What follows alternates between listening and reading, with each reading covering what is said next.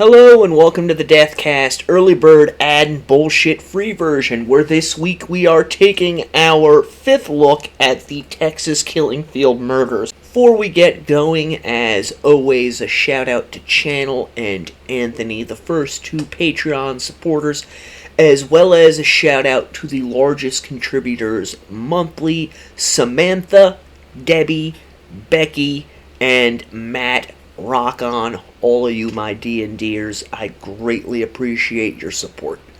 Alright, now that all of that is out of the way, get yourself something to drink, find a nice comfy chair, kick back and relax. I've got my coffee, I've got my cigarettes. Let's go into the crypt! When we left off last episode, we had reached the end of the 1980s with the sporadic spate of killings that had taken place throughout the decade, seemingly having come to a close. On September 8th of 1991, an individual was out in the Calder Road field when they came across a badly decomposed set of human remains. The police were contacted. They collected the body. It would not be until 2019 when this victim was identified as 34-year-old Donna Marie Prudhomme of Nassau Bay, Texas. There's not a ton of information out there concerning Donna Marie. We know that she was born in Port Arthur, Texas in 1957, that she had lived in Beaumont, Texas, and Austin around 1986, before heading to Seabrook and lastly to Nassau Bay, where it's believed she had moved for job opportunities. Some sources state that Donna moved frequently in an attempt to escape a violent relationship and that she had 2 children. These same sources state that it was uncharacteristic of her to be out of contact with her children for any length of time. There are conflicting reports as to whether or not Donna was actually listed as a missing person, with some stating that family members had been searching for her from around 1989, and that family members had been working with DNA specialists prior to her identification in 2019. Other sources have it that there was no missing persons report ever given on Donna. Now, sometime prior to her being found deceased, Donna was arrested. However, we do not know the specifics of this arrest, only that it had happened and that at the time she was identified, police decided to use the mugshot they had of her to give people an idea of what she had most recently looked like prior to her disappearance. In addition to this, we really don't know specifics about her death. We know that Donna frequented bars around Nassau. We do not know her work history in the area. There is some speculation she may have been working to support a drug habit. However, I've found nothing that either confirms or denies that. Now, people initially tried to lump Donna, who at the time was known as Janet Doe, in with the 3 original killings that had been discovered in Calder Road. However, police did state pretty emphatically that while the first 3 victims found in the mid to late 1980s were all posed in a similar fashion, Donna's body was not found in a similar state, leading them to speculate that it was more likely than not that Donna had been killed by a different perpetrator than the initial 3 victims. Additionally, There are stories out there stating that she had died from strangulation. However, I could find no concrete evidence of this in any police reports, and I believe more likely than not that this is speculation on the part of armchair sleuths on the internet. The next set of killings that are linked to the Texas killing fields do not take place until 1996. So again, we have a long period of time in between crimes that are being put into this category of Texas killing field murders.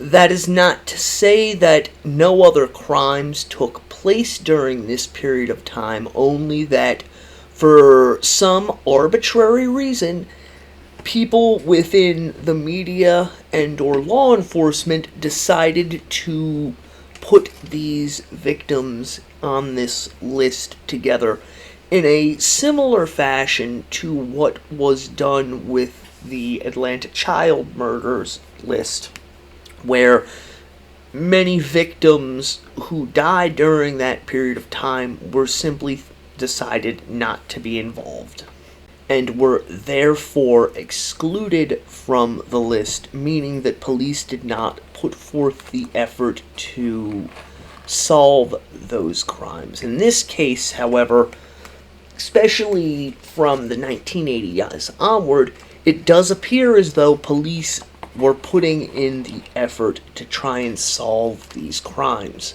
Now, this crime is different from almost all of the other crimes, save for one, in that it involves two African American girls. That would be Lynette Bibbs, aged 14, and Tamara Fisher, aged 15. On February 1st, 1996, the two girls went to a Houston club for teenagers. Now, some sources state that the two girls were last seen at a motel located on Old Spanish Trail. This comes from a 22-year-old male who said that he dropped the girls off at this location. However, from what I could gather online, there's no definitive evidence that that actually took place, nor is there any evidence, or so it appears, of the police having vetted this individual as possibly being connected to the girls' disappearances. From what I could find, he seems to be the last person to have seen either girl alive. Now, we do know that their bodies were found on February 3rd, 1996. Their bodies were discovered on a rural road near Cleveland, Texas, which is just outside of Houston, still in the Houston metropolitan area. According to police reports, both girls had been shot to death. However, as different caliber bullets were recovered from the bodies, police speculate that more than one assailant was involved. The next victim that we're going to discuss is a 13-year-old by the name of Krystal Jean Baker, who was last seen on March 5th, 1996 in Texas City. Krystal was the third of 4 children with an older brother and sister. Now, by the time that Krystal had turned 13, there had been some problems in her school. Krystal's parents got divorced when she was very young. Her mother ends up moving to Dixon, which is right near Texas City. According to Krystal's mother, during that school year, she had been called in for a conference with the principal as her daughter, who had begun to develop, had been targeted by other girls in her grade who had not begun to develop, and these girls had been bullying her. Her mother recounted a story where these girls had cornered her in a park and assaulted her. This led to Krystal's mother reaching out to her mother, who lived in Texas City, and asking if Krystal could come and live with her for the remainder of the school year. This would place Krystal into a different school district, thus keeping her away from these girls. Now, according to her mother, this was not something that Krystal was happy about, as she did not want to leave her friends, but being as she's 13 years old, she has very little say in the matter, so it's off to Grandma's house that she goes. On the morning of March 5th, Krystal contacts her mother complaining of an ear infection, and her mother tells her to stay in bed. She will arrange a doctor's appointment. After getting off the phone with her mother, Krystal then contacts her dad, explaining that she's stayed home for the day because of an ear infection, but that she left her shoes at her friend's house, and she asks her father if he'll give her a ride over there so that she can pick her shoes up. Her father, who had just gotten home from work, explained that he couldn't, and that was the end of the matter. However, later that day, Krystal and her grandmother, who got home from work somewhere between 1 and 2, had an argument. The grandmother was upset that Krystal had stayed home from school and refused to drive her to her friend's house to get the shoes. Eventually, this leads to the two of them standing outside in the driveway where the argument continues before Krystal eventually storms off in anger. Her grandmother last saw her heading south on Pecan Drive towards Texas Avenue, which is a main thoroughfare. At this point, Krystal's grandmother goes inside the house, contacts the Texas City Police Department, explains the situation, and asks for officers to find her granddaughter and bring her back to the house.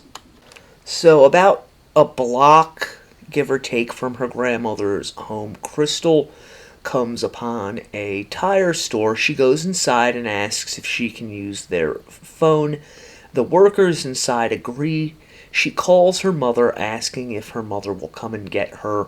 Her mother informs her that she cannot do so at that point, as the mother, whose name is Jeannie, worked as a hairdresser and was extremely busy during that time.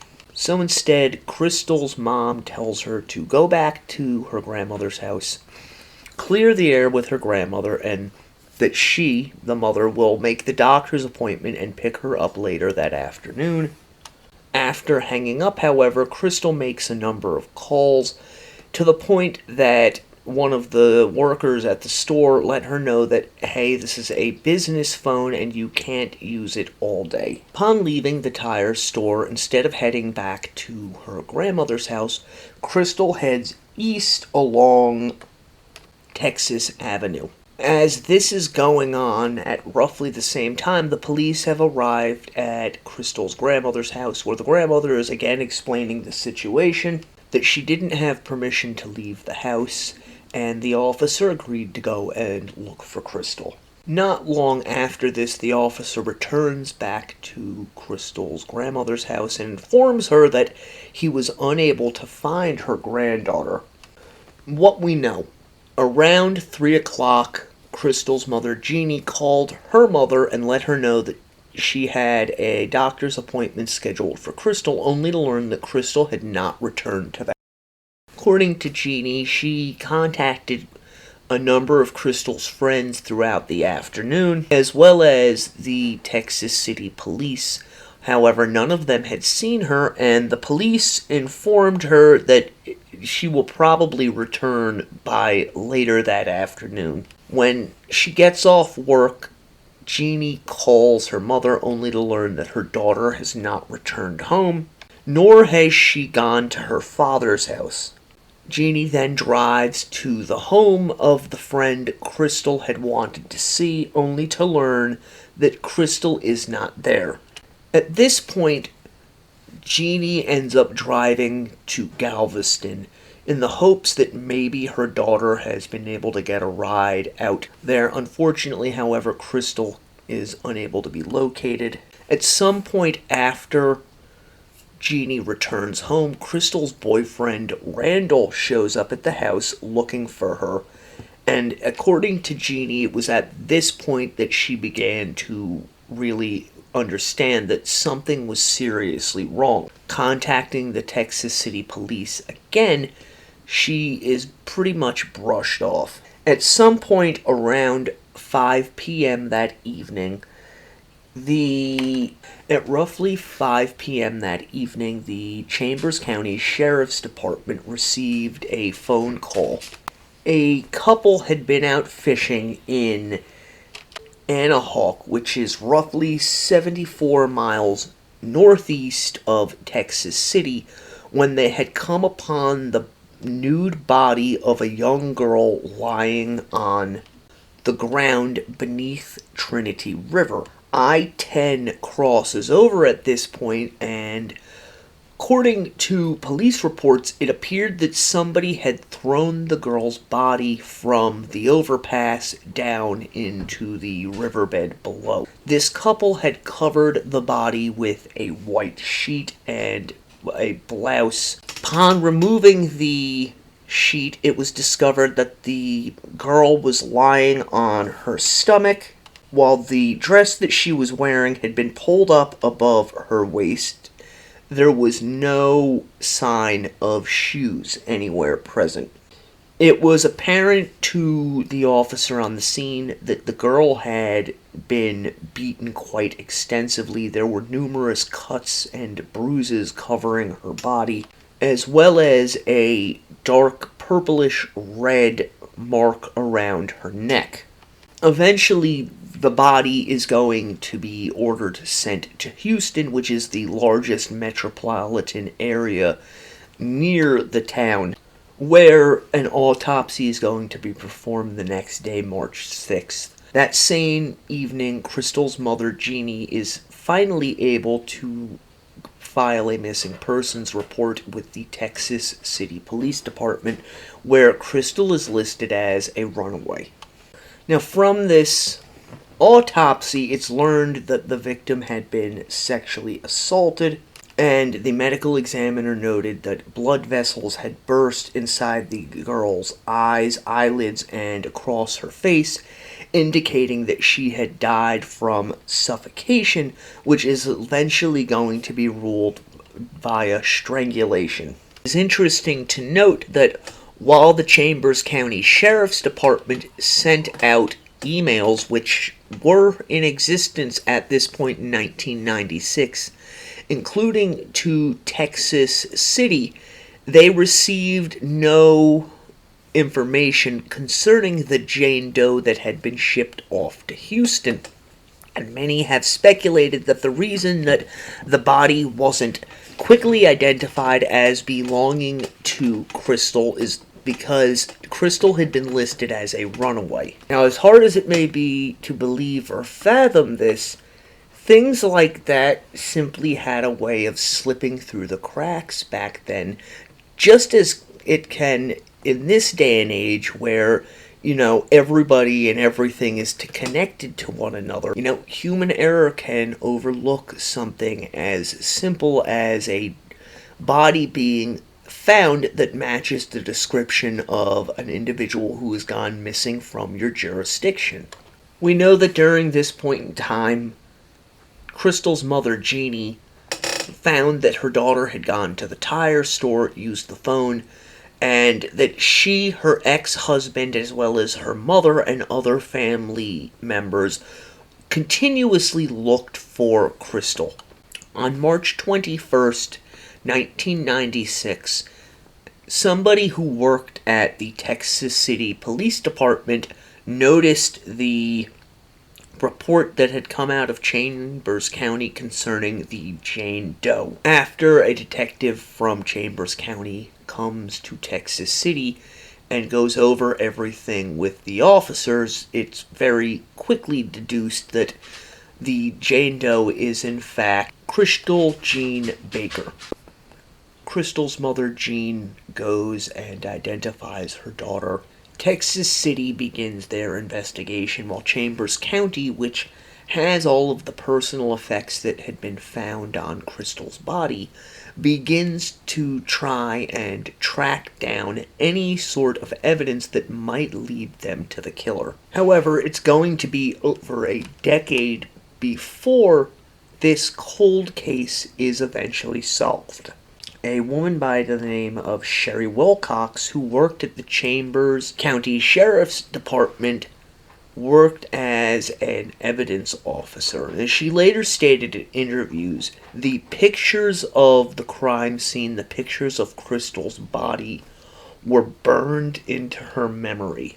According to Miss Wilcox, around 2002, she got a request from a private investigator who Krystal's mother had hired to look into the case.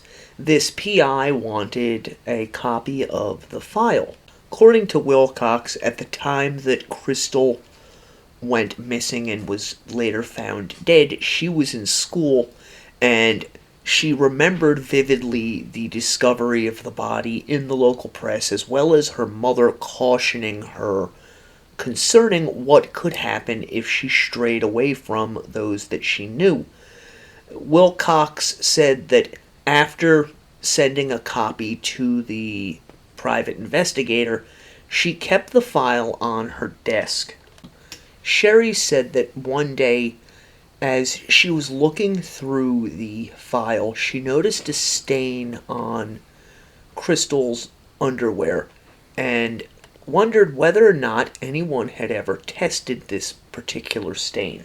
According to Wilcox, after reading the lab report, she learned that the dress that Krystal had been wearing, as well as her undergarments, had been processed, but that no evidence was discovered.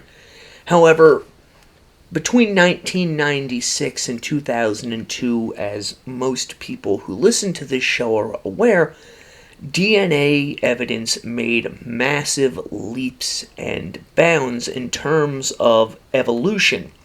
After learning that the dress and undergarments were in fact still stored in the evidence locker, Wilcox filled out the correct forms and brought it to the Houston lab where it was to be processed, only to be told that it could no longer be tested as it had already been tested once.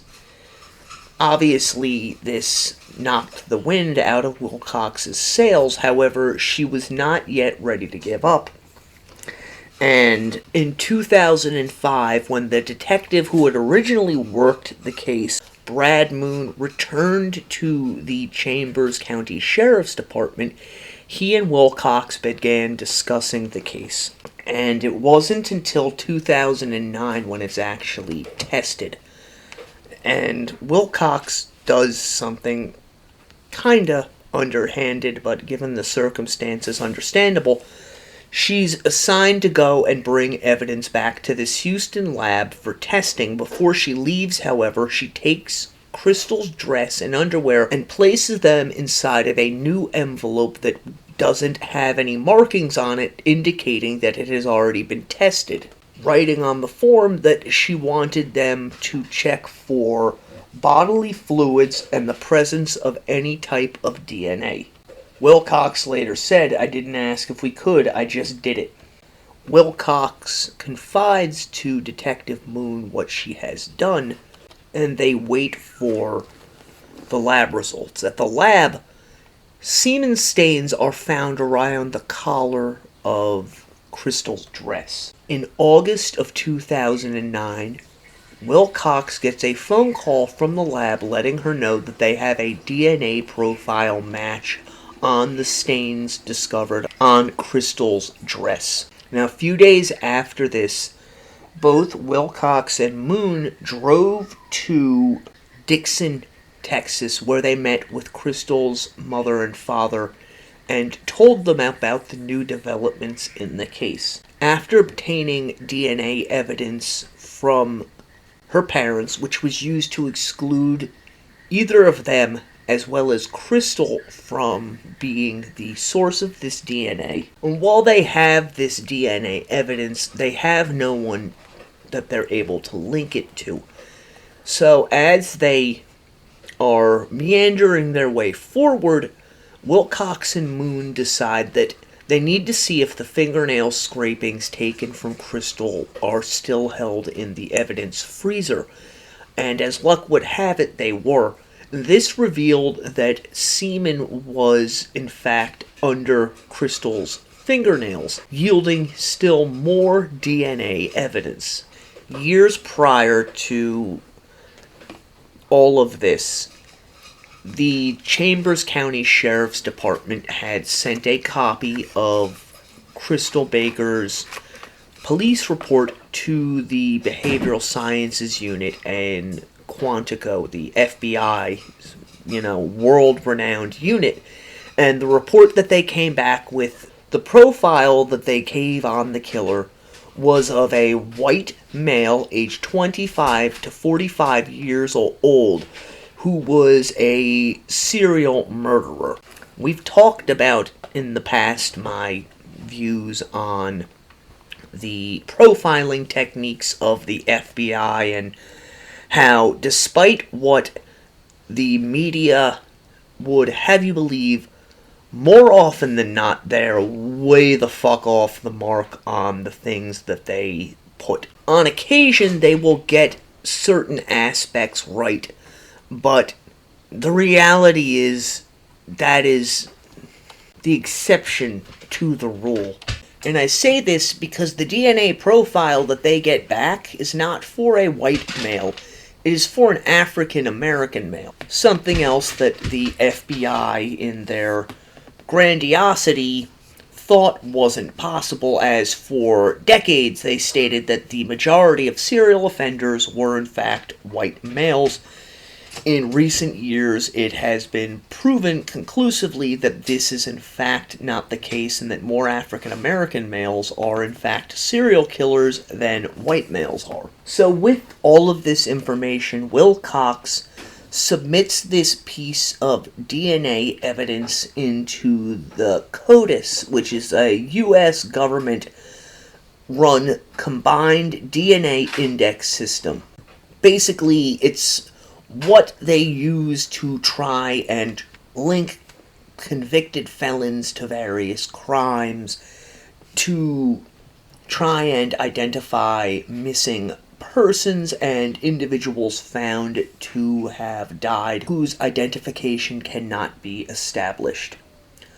On September 15th of that year, 2009, Wilcox gets a phone call stating that they had a match to the DNA she had entered into the CODIS system. Now, the individual who the DNA was linked to came to be in the CODIS system in a rather unique way. In 2010, he had been pulled over in Louisiana for a traffic violation, and during this stop it was discovered that he had drugs in the car.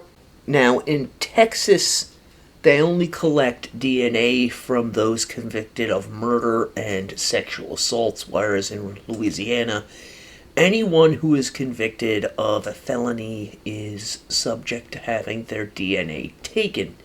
This individual was named Kevin Edison Smith, who'd had numerous brushes with the law, but nothing really serious. Smith, the oldest of 4 children, had been raised by his mother and his aunt, and had grown up in various small towns up and down the I-45 corridor, with the majority of that time spent in and around Texas City. Smith had been married 3 times previously and had lived all over the state of Texas working as a pipe welder. He was currently residing in Port Arthur, Texas, working as a pipe welder. So, contacting the Texas Rangers, the Chambers County Police were able to get a search warrant for Smith's cell phone, which is how they were able to track him down. And eventually, the Texas Rangers move in and arrest Smith. Ironically, on Smith's 45th birthday of September 22nd. Smith, who was at work that day, had no idea that law enforcement was closing in on him. At some point during the day, he is called into his supervisor's office only to find Detective Moon and Wilcox waiting for him. As Smith entered the office, he was immediately read his rights and placed under arrest. When Smith attempted to protest his innocence, one of the Texas Rangers who was on scene stepped in and informed him that his DNA had been found on her clothing as well as on her body. According to Detective Moon, that based on the way Smith was acting, how nonchalant he was about the entire situation, he knew in his heart that they had found the right man. Back in Chambers County, Smith is brought before a judge who places his bail at $1 million. Evidence that's later going to be brought up at trial is the fact that the bruising around Krystal's neck was thicker on the left side than on the right side, and as Smith was left-handed, it stands to reason that his left hand would be the dominant hand and thus exert more force. Now, on the day Smith is arrested, he's behind bars. Sherry Wilcox and Detective Bradley Moon drive to Krystal's mother's house and inform her that the man believed to have murdered her daughter has been identified and arrested. In a strange twist of fate, the head of the new Black Panther Party, based out of Houston, Texas, a man by the name of Quinel X, drove to the Chambers County Police Department and spoke with Smith.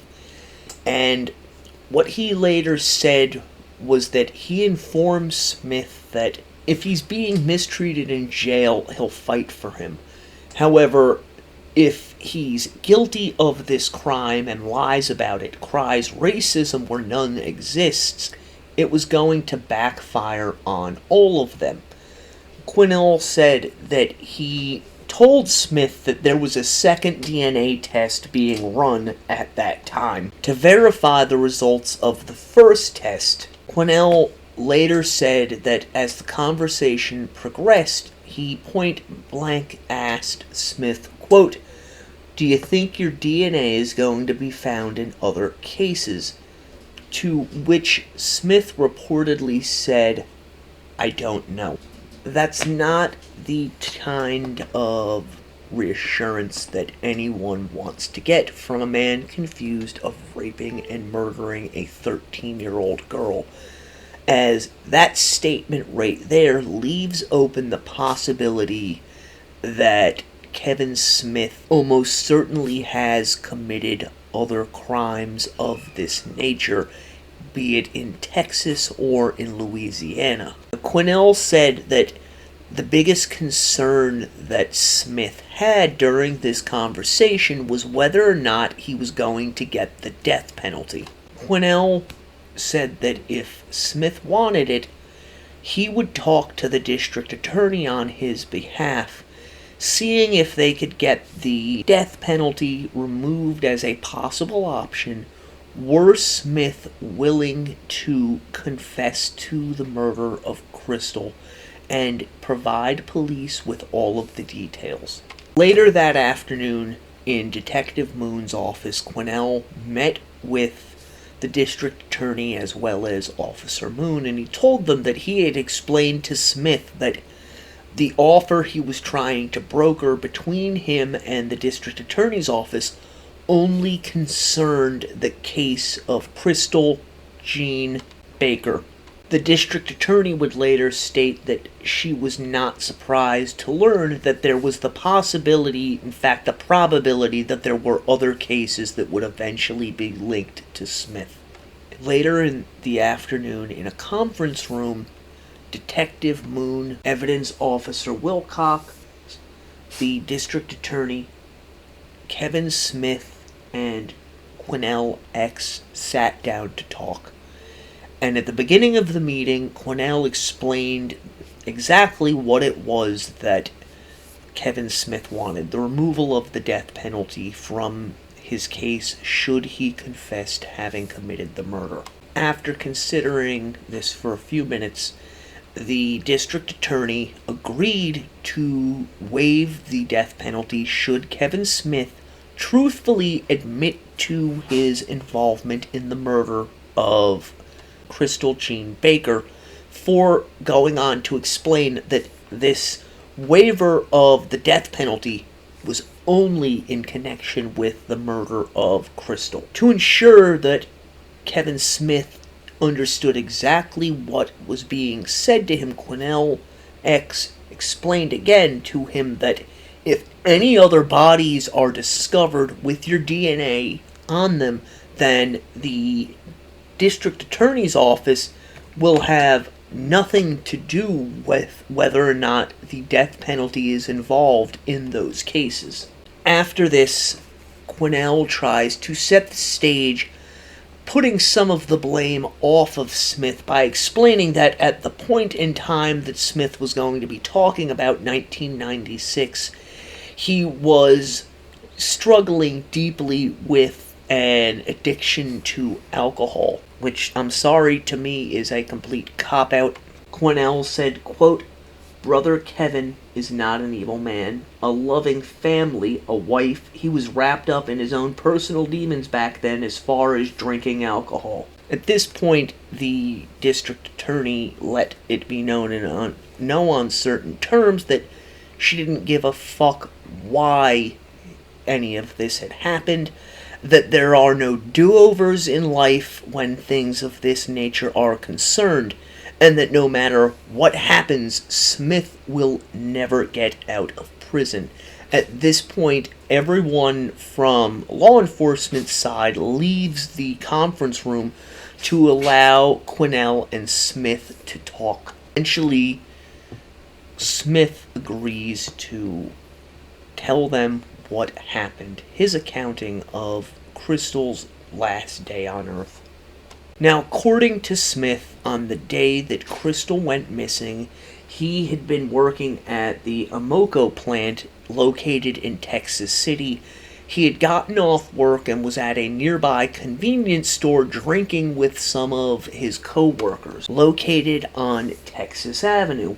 According to Smith, during this period of time, he was in the habit of getting drunk and then going out cruising for prostitutes. According to Smith, as he sat outside this convenience store, having a cigarette and drinking a beer, quote, "I saw a girl walking down the highway," unquote. At this point, Smith went into the store, bought another beer, and then left in his Chevy extended cab pickup truck. He quickly caught up to the girl, pulled alongside her, and rolled down the window, where he began talking to her, offering her a ride. Now, according to Smith, Krystal willingly got into his truck and told him that she was 18 years old. Smith said that he believed that Krystal was working as a prostitute, and that he began talking to her about performing oral sex on him. Now, I'm not saying that this conversation didn't happen, but I smell bullshit. And I say that because oftentimes killers will try and mitigate their responsibility for a crime by casting aspersions on a victim, trying to paint them in the most negative light as humanly possible, as though what happened to them wasn't just the fault of the killer, but was also the fault of the victim for the lifestyle they chose, or for putting themselves into the situation that allowed the killer to have access to and take their life. Smith told the officers that Krystal informed him that she wasn't looking for sex, but was instead trying to get a ride to her friend's house. He stated that it didn't really matter to him what she said she wanted. He had already decided that he was going to have sex with her. He said that he drove for a short distance before pulling behind a gas station and offering her money, and that Krystal had refused his advances. We don't know exactly what happened. Smith said that Krystal suddenly started freaking out and hitting him, kicking him, and that he attempted to restrain her, eventually choking her to death. The truth of the matter is more probably that Smith attempted to forcibly rape Krystal, and that she fought back against him, and that during the course of all this, she died, although I have to believe that the reality of the situation was more along the lines of he raped her and then killed her after realizing that he's gonna get caught for this crime. The DA wasn't stupid, however. She informed Smith that she had read the autopsy report and that in this report, it stated that Krystal had died from ligature strangulation, and it's at this point that Smith states that, quote unquote, I had like a strap I kept in my truck. At one point during the interview, Smith tried to completely shift the blame onto Krystal, stating that I was just playing and she went berserk. He went on to say that if she had simply given in to his demands and allowed him to have sex with her, she would not have died.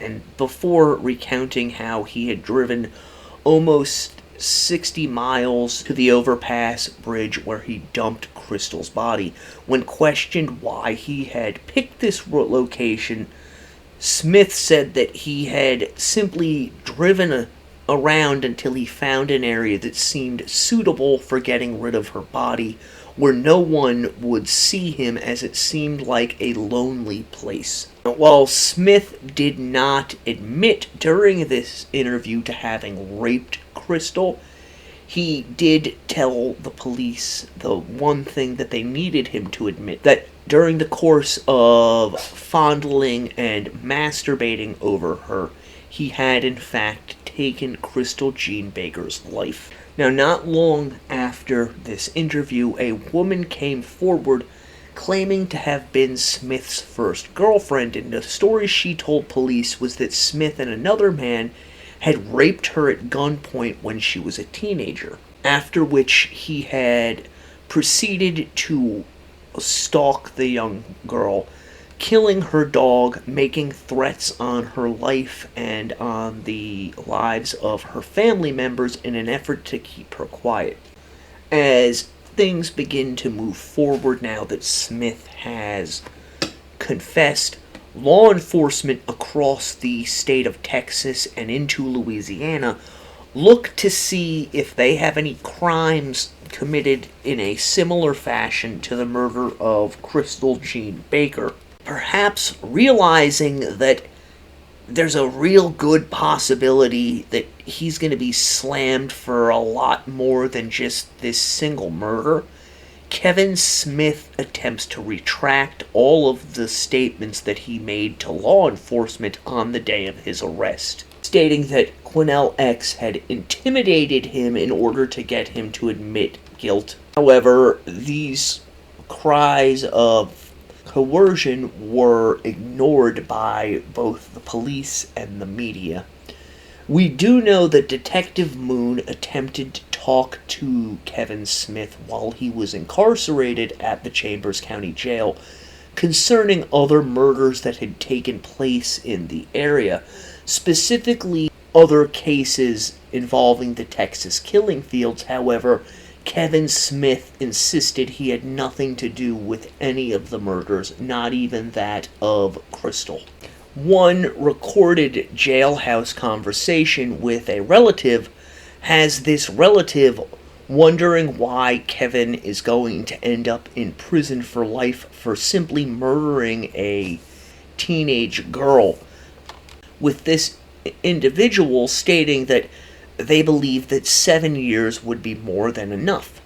In 2012, the trial for Kevin Edison Smith in the murder of Krystal Jean Baker began. During testimony before the jury, Bradley Moon, the detective who had discovered Krystal's body, helped lay out a picture of what authorities thought had happened when Krystal's body was discovered. That Smith had driven to the area where her body was found and simply kicked her out of the car, leaving her there, which I believe is possible. However, ever since I learned about this case and of the location of Krystal's body, I've always felt suspicious about it, thinking that there is a possibility that her body had in fact been dropped from the overpass above, given the amount of bruising that was on her body. That's not to say it's not possible that Smith didn't kick her out of the car and had in fact beaten her pretty savagely prior to and during the course of raping and murdering her. Moon also discussed briefly the evidence collected that night from Krystal's body and the chain of events that led to her autopsy the next day, and how the DNA evidence was tested, but unfortunately nothing could be gleaned at that time in 1996. The defense then began to question Moon and basically focused their attempts on trying to prove that a lot of evidence from this case was actually missing. After this, a lot of the testimony concerned whether or not Smith had been made aware of his rights at the time of his arrest, during the time that he had been officially charged by the judge, and when he had given his confession. This was done because the defense was trying to get that confession thrown out as admissible in a court of law. Unfortunately for them, however, all of those who testified on behalf of the prosecution concerning the reading of rights and letting Kevin Smith know that he had a right to remain silent and to having an attorney present stated rather emphatically that they had in fact followed proper protocol.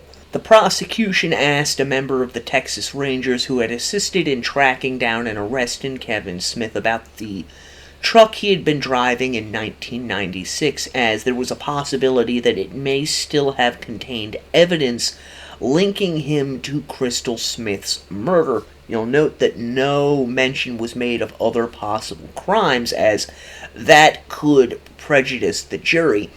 The member of the Texas Rangers stated that although they attempted to locate this vehicle, they were unable to do so.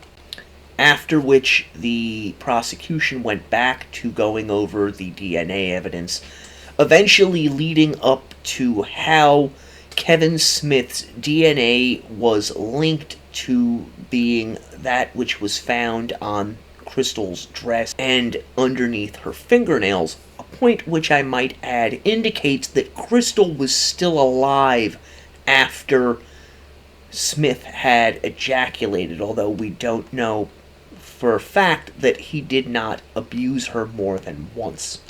After Miss Wilcox testified about how she had gotten the DNA retested, the judge called a sidebar, as one of the alternate jurors had encountered Krystal's mother in the bathroom. Now, you're scratching your head wondering why this was the case. This was an old courthouse. It had one set of restrooms, so pretty much everyone used them. After this encounter, the juror had immediately gone up to the bailiff and informed them of what had happened, telling them that Jean had shown her a picture of Krystal after identifying herself, In the end, the juror was brought into the judge's chamber where they recounted the story, and she was dismissed from the trial, but only after the judge had questioned all of the other jurors about this incident, if they knew anything about it, if this juror had said anything to them about it. When they learned that this juror had not, the trial then resumed. Next up was a medical examiner from the Harris County Medical Examiner's Office who had reviewed Krystal's autopsy report. As he spoke, graphic pictures of Krystal's lifeless body and all the various wounds that she had suffered were shown to the jury. This doctor pretty much said that Krystal had died a slow, agonizing death. That the strap that used around her throat, most likely a welder's belt, was tightened around her throat, then released, tightened, and then released, stating that the abrasion on the left side of her throat was due to the fact that the killer was left-handed and had come at her from the left side rear. The bruising on Krystal's body, it was said, could have been caused by being beaten, while the various abrasions may have been the result of either being thrown from the truck or thrown down to the ground below from the overpass above. Concerning a tear that had been found on Krystal's vagina, the physician stated that it had come from a blunt instrument, of which a penis or a finger could both be considered to have been that blunt instrument, and that the injury had actually occurred within an hour of Krystal's death, meaning that that particular aspect of the assault took place after Krystal was already dead. So Kevin Smith either digitally penetrated Krystal after she died, or he committed an act of necrophilia. The defense brought up some questions for this physician, particularly concerning the dirt that was found on Krystal's knees, which this physician conceded could have been the result of Smith taking her from the truck and out into a field where he may have, in fact, assaulted her and killed her. It is very possible that Smith removed her from the truck, assaulted her somewhere, brought her back into the truck, and continued the assault later. I would hazard to guess that he may have used this belt that he had strangled her with almost like a leash, just base it on the ferocity of the attack that was perpetrated against Krystal. Quinnell X then took the stand where he affirmed that he had been talking to Smith at the behest of the family. He was not there in the form of a minister, but was there as an activist. Quinnell stated pretty emphatically on the stand, quote, "If this were a case where they picked the nearest brother they could find and threw everything at him, including the kitchen sink, if I believed he was innocent, I was about to stand with this brother all the way." Quinnell then stated that this was not the case and that Smith had admitted his guilt to him, before going on to state some of the other things I have already told you that Quinnell said Smith told him. The prosecution then brought up the fact that the Smith family had paid Quinnell X $2,500 to look into the case.